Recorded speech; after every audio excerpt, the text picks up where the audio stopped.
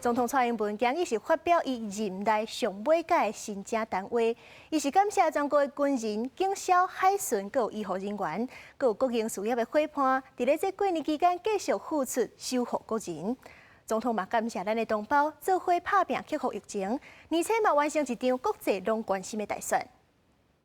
在今年初，我们也顺利地完成一场国际瞩目的大选，向全世界证明民主、自由就是台湾最珍视的价值。在迎接新春的时刻，也是迎向国家发展的新开始。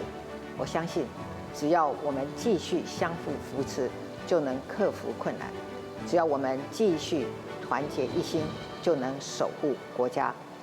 新的一年，台湾将稳健地向前行，持续走向世界。